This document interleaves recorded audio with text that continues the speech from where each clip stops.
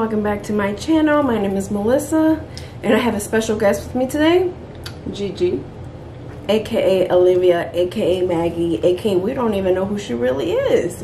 Who is she? Okay, today we're doing 10 binge-worthy Netflix shows. So I'm gonna do 5 and she's gonna do 5. So we have our 5 already picked out. Do you want to start with your first one? Okay, so my first choice is The Walking Dead. It is by far like one of my most favorite shows ever. So what is it about? Basically about the end of the world, and people are dying, and when they do die, they turn into zombies, or what they call on The Walking Dead walkers. And basically, long story short, it comes down to a tight-knit group that come together. They're all different types of races. They come from all different types of backgrounds, but they end up becoming like a big family, and they end up surviving this apocalypse. Yeah, surviving this apocalypse together. I have yet to watch, but I hear really good things. Actually, George said he just watched a few episodes and he really enjoyed it, so maybe we'll start watching it next. Very good. So my first pick is Good Girls. Now this show I tried watching a couple years ago and I couldn't get into it, and then I just randomly played it one day, and let me tell you, like, it is so good. I literally binge watched the whole, was it 2 seasons within a couple days, and then the next one is on Hulu or something like that. I don't know. All I know is I'm waiting for all the seasons to add up again and then binge watch that. But it's 3 best friends, 2 of them are sisters, and then they're all having hard times financially. So one of them has a daughter that has medical expenses, the other one is a single mother, and the other one found out her husband is cheating and spent all their money on who knows what, so they're broke. So basically they come up with the idea of robbing a grocery store. One of the girls works at the grocery store, so they rob the grocery store, and then they come to find out blah blah blah. Then they get into some issues with I would say a cartel. Is it a cartel? Like some gang members, and they owe them money, so then they get into this whole money issue, and then they have to work for him. And the gang member, I can't remember his name, but he's fine. He's real fine. He's very fine. You don't know his real name? No, I can't remember his real name. But yeah, I mean, the show, it's like, it's very interesting. It's never boring. Like, it's really, really, really good. My second pick kind of falls off of my first pick, which is, the first pick was The Walking Dead. The second pick is Fear of the Walking Dead, which it literally is combining The Walking Dead with this one. Like, they're gonna collide with each other at some point in time, with their characters running into each other. And it's basically the same type of ordeal. Different people, they come together and they're like a close family. But there is definitely a lot of killing and a lot of gore, and you know, I mean, I love romantic movies, but I also love movies that have a lot of action and a lot of, you know, crazy stuff.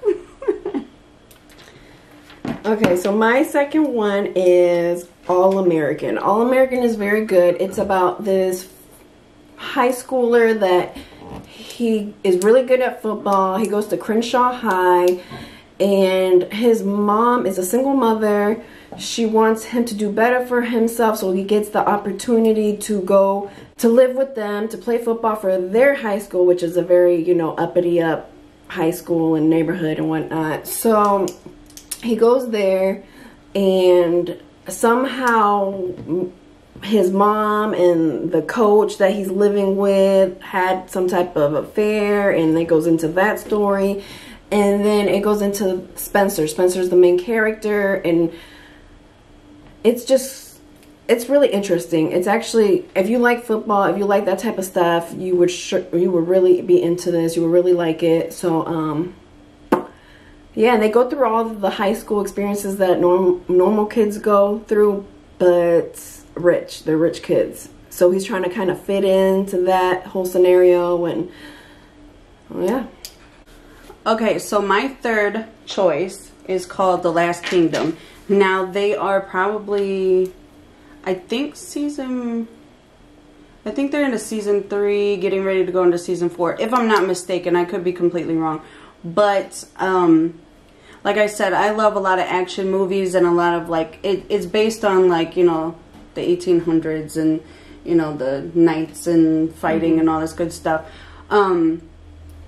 Basically, it's about a boy who was a son of a king, and then somehow his father died, and there's a lot of like witchcraft in it. His father died, and then his uncle knew that if he didn't kill the boy, that he wasn't going to be next in line, and he felt he needed to be. But the boy ran away and then got adopted by this other group, and they raised him to be very respectful and strong, and I loved it. I was very mad when I found out that the whole thing wasn't finished. Yeah, I know. Oh, okay, I was gonna say don't. Spoiler alert. Yeah, I was very mad when I realized it was only on like season 3 or whatever it was. Yes. My third pick is, of course, The Tiger King. Now, I did not think that I would get into that whole series or whatever it is, but I literally watched all of the episodes minus the last 30 minutes of the last episode, and within a few hours. I mean, like, I was watching. So basically, it's this guy. It follows what? How many? Like 3 or 4 different people. Yeah, a few different people, but mainly him. It follows a few different people. They're also tiger. What are they? What the hell are they? They're like zoo people, but they're mainly into tigers. Yeah, they have zoos and whatnot, but they're mainly into tigers. So it follows him and then a couple other guys, and then Carol Baskin. And let me tell you, like, I could not believe this was real. Like, I literally kept saying no. I think I called you a couple of times, like, this can't be real. Like, this doesn't happen in real life. But yeah, I guess it is real. Now, so he raises tigers, and he has a zoo, and he has a whole bunch of people that work for him, that some of them work for, I don't even know what they work for. It's almost like a cult. Doesn't it seem like a cult to you or something? Kind of. They were all very strange. And then he ended up having these boyfriends/husbands who weren't even really gay. Who liked women. He would just give them all types of gifts and stuff, and they kind of fell into it because he really wouldn't let them go into the outside world. So they basically like found this, and they were always high all the time. So they found this kind of somewhat attraction to him in some kind of way. So yeah, and his large nemesis is Carol Baskin, and she's another one that raises tigers, but she's one of those, you know, I guess you would say hippie type of love everyone type thing, except she does not love the Tiger King at all. So they go back and physically trying to get each other shut down, and somehow her husband comes up missing, which I know, well, allegedly. The Tiger King said she allegedly killed her husband. I think she killed her husband. But she's a smart woman because she clearly got away with it. And the Tiger King now is locked up because he threatened to... You're giving a spoiler alert, though. Oh. You're telling everybody. I know. Oh, sorry, guys. I got too excited. So anyways, he raises tigers. His large nemesis is Carol Baskin. And they just go, you know... What would you say the whole... Basically about them trying to find him guilty of a crime that I don't think he did anything. I think the crime that they convicted him of is not right. We stand with the Tiger King. Yes. Carol Baskin, if you're watching this, just know that we know you did it, girl. We know you did it. Carol, you just, you know... I really wonder. I really believe she did. Of course. Who else would have done it? And how could they not find... Anyways, so that's a very interesting, different type of show. I didn't think I would be into it, but like I said, I could not stop watching the weird thing. So, yeah. Recommended. Okay, so my next show is... it's called Confession Tapes. And it's basically about... people who are convicted of murders from falsely confessing, because the police officers and detectives basically have them in this room for hours upon hours upon hours, and they're just telling them, like, we know you did it, this and this and that. And these people aren't the brightest bulb in the box. So basically they're confessing to these crimes that they have not committed, and they go to prison. I mean, there's people that's been in prison for like 30 to some odd years for something they had nothing to do with, that they didn't even know like about, like they just kind of went along with it. So I think it is repetitive, because it's, you know, about pretty much the same thing, but they are different cases, and, you know, different things happen. But if you're into something like that, then I would highly suggest that. Okay, so my fourth pick is Queer Eye.